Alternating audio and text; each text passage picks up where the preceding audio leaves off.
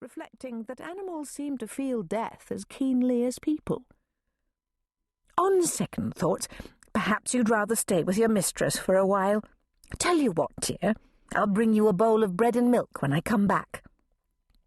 And with that, Dimity hurried home to Tower Bank to fetch her brother, Captain Miles Woodcock, Justice of the Peace for Sawrey District, who was always called upon when someone died and knew exactly what must be done. The news of Miss Tolliver's unexpected death spread swiftly through near Sawrey. Agnes Llewellyn, who lived at High Greengate, the farmhouse next up Market Street, met Dimity coming out of Anvil Cottage and heard what had happened. Agnes hurried back home to fetch the black crape mourning wreath she had hung on her own mother's door some months before.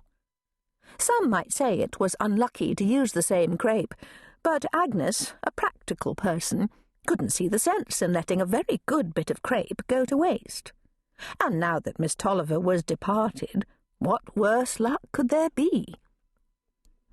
Betty Leach, gathering the last striped marrows in the frost-kissed garden of Buckle-Yate, heard the sad news from Mary, Agnes Llewellyn's daughter. She set down her garden basket, told 10-year-old Ruth, who was home from school with a bad cold, to mind the babies, and went to help Agnes hang the crape. That done, she hurried round to the back of Anvil Cottage, where Miss Tolliver kept 2 hives of bees, to tell them the news of their mistress's passing.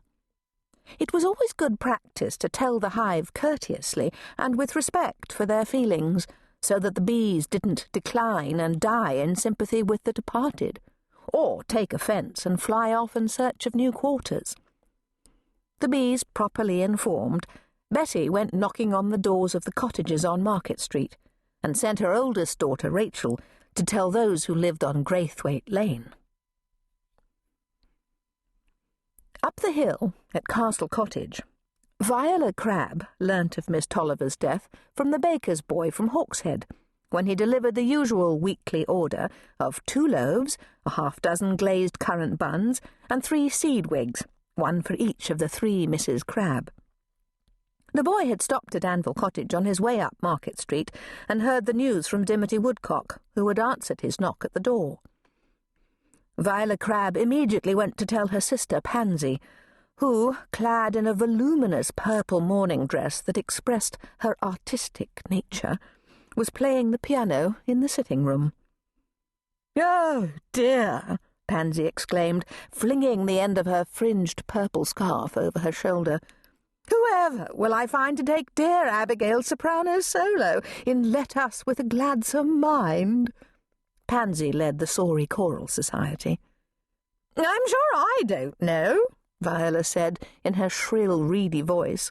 "Matilda Crook, perhaps, although her high G is liable to be appallingly flat.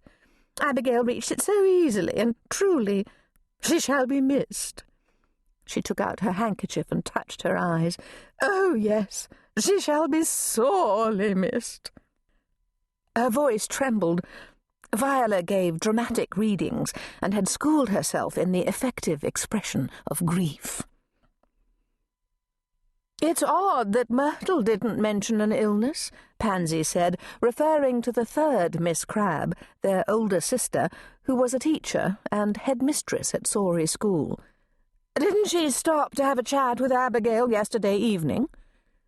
"I believe so," Viola replied, and put her handkerchief away.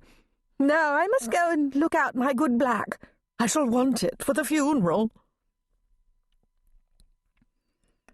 Within the half-hour, Joseph Skeed, the sexton at St. Peter's, was ringing the passing bell in slow and steady strokes.